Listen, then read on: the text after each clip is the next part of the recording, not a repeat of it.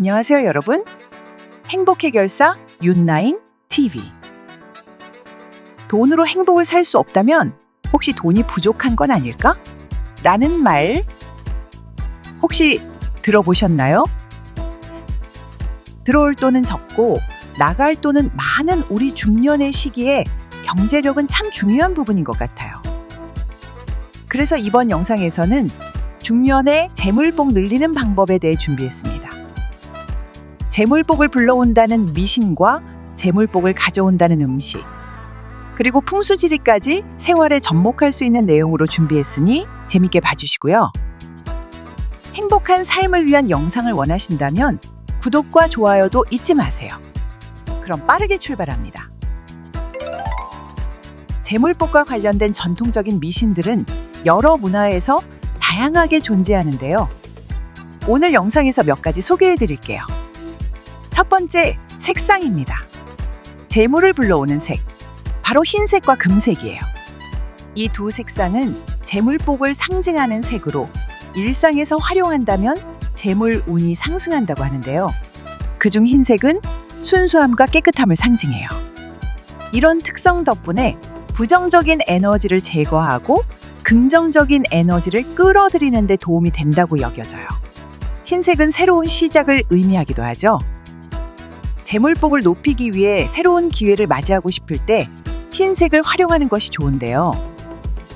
마지막으로 흰색은 다른 색상과 잘 어울려 조화를 이루기 때문에 활용도가 높아 재물복을 상승시키고 싶으신 분들이 일상에서 사용하기에 더할 나위 없이 좋겠네요.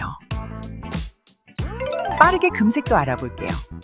금색은 그 자체로 부와 성공을 상징하는 색상입니다. 예로부터 재물운을 높여주고 금전적인 풍요를 가져다 준다고 여겨져요. 금색은 행운과 번영의 상징으로 재물복을 상징하는 다양한 장식이나 소품에 자주 사용되기 때문에 이미 아시는 분들이 많이 계시죠? 또한 금색은 자신감을 높이는 색상으로 긍정적인 에너지를 발산하여 재물과 관련된 기회를 더 많이 끌어온다고 여겨지는데 너무 유명해서 더는 설명할 필요가 없겠네요. 패스! 다음으로는 숫자 8이에요. 8이라는 숫자는 재물과 풍요를 상징하는 숫자예요. 그 기원과 의미를 살펴보면 아주 오래전부터 동양의 대국이었던 중국에서는 숫자 8이 돈을 번다는 단어의 발음과 비슷해서 번영과 부유함을 의미하는 숫자로 자리 잡았고 행운의 숫자로 여겨져 중국인들은 결혼식 날짜나 개업일에 숫자 8을 선호하는 경향이 있다고 하네요. 다른 의미도 있어요. 숫자 8은 그 모양이 무한대의 기호와 유사하다고 해서 무한한 부와 풍요를 상징하기도 하는데요. 이는 재물의 무한한 흐름을 의미한다고 해석돼요. 또한 8은 두 개의 원이 겹쳐진 형태잖아요. 균형과 조화를 상징한다고 하니 이는 재물운을 안정적으로 증가시키는 데 도움이 된다고 여겨집니다. 숫자 8은 성공과 번영에 연결돼 사람들에게 긍정적인 에너지를 주고 재물과 관련된 기회를 더 많이 끌어줘요. 미신이지만 이왕이면 새로 시작하는 사업 개업일이나 중요한 결정을 내리는 날에 8을 포함시킬 수 있다면 좋겠죠?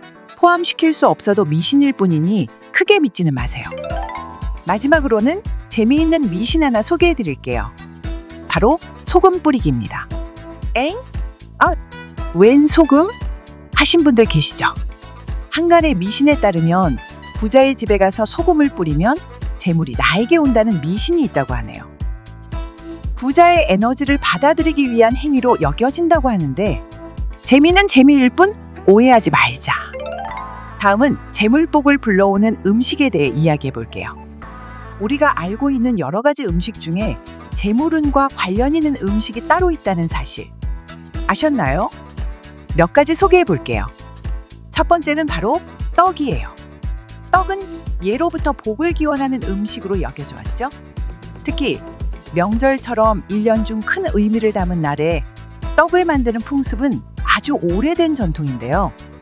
이때 만드는 떡들은 주로 가족의 건강과 행복, 그리고 재물복을 기원하는 의미가 담겨 있습니다. 예를 들어 백설기는 흰색으로 순수함과 새로움을 상징해요. 그래서 한 해 동안 좋은 기운을 불러온다고 믿어지죠. 떡의 재료도 중요해요.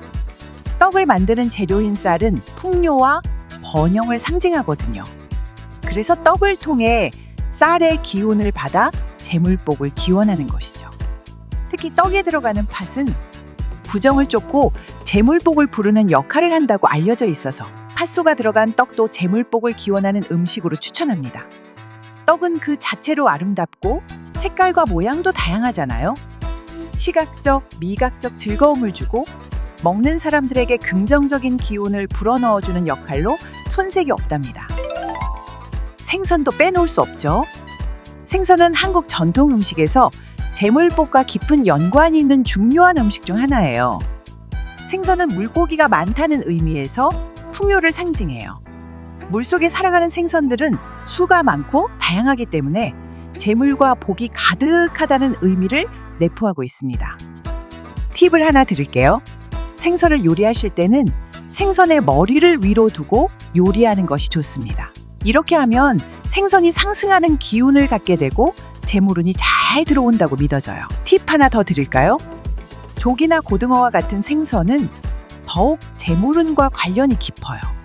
조기는 조기를 의미하는 한자에서 조가 빠르다는 뜻이 있어 재물운이 빨리 온다는 의미를 가지고 있고요. 고등어는 그 형태가 둥글고 통통해서 풍요를 상징한답니다. 이 두 가지 생선은 재물복을 기원하는 음식으로 많이 사용돼요. 다음은 만두예요. 만두는 한국뿐만 아니라 여러 나라에서 사랑받는 음식인데 재물복과 관련해 특별한 의미를 가지고 있어요. 먼저 만두의 형태를 살펴보면 만두는 둥글고 부풀어 오른 모습이죠. 이 형태는 재물과 풍요를 상징해요.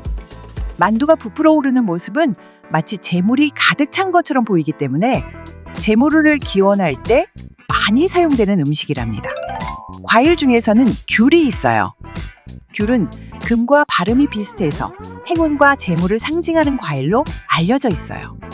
또 노란색은 금전운과 연결되기 때문에 재물복을 기원하는 데 아주 좋은 과일로 여겨집니다. 명절이나 특별한 행사에서 귤을 준비하는 것은 전통적으로 흔한 일이죠. 마지막으로 호박을 빼놓을 수가 없네요. 호박은 한국 전통 음식에서 재물복과 깊은 관련이 있는 중요한 식재료 중 하나예요. 먼저 풍요와 다산을 상징하는 음식으로 그 둥글고 통통한 모양이 풍성함을 나타내며 그 해의 풍년을 기원하는 마음이 담겨 있죠. 호박죽 이야기를 해볼까요? 부드럽고 달콤한 맛이 예술이죠. 가족의 건강과 행복을 기원하고 재물복 등 좋은 기운을 가져다 준다고 합니다. 호박은 부정적인 에너지를 쫓는 역할도 한다고 여겨지는데요. 호박의 노란색은 긍정적인 기운을 상징하기 때문에 집안에 호박을 두면 부정적인 에너지를 물리치고 좋은 기운을 불러온다고 해요. 그래서 장식용으로도 많이 활용되니까 다음에 나올 풍수지리와 연결해 적용해보세요. 자, 재물복을 불러온다는 식재료와 음식들을 몇 가지 소개해봤어요. 특별한 날이나 가족 모임에서 함께 즐기면 재물복을 기원하는 의미를 더할 수 있을 것 같네요. 마지막으로 재물복을 높여주는 풍수지리에 대해 알려드릴게요. 풍수지리는 사람의 운과 환경의 조화를 중요시하는 전통적인 방법이잖아요.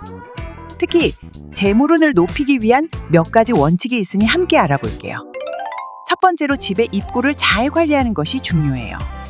입구는 기운이 들어오는 첫 번째 지점이죠.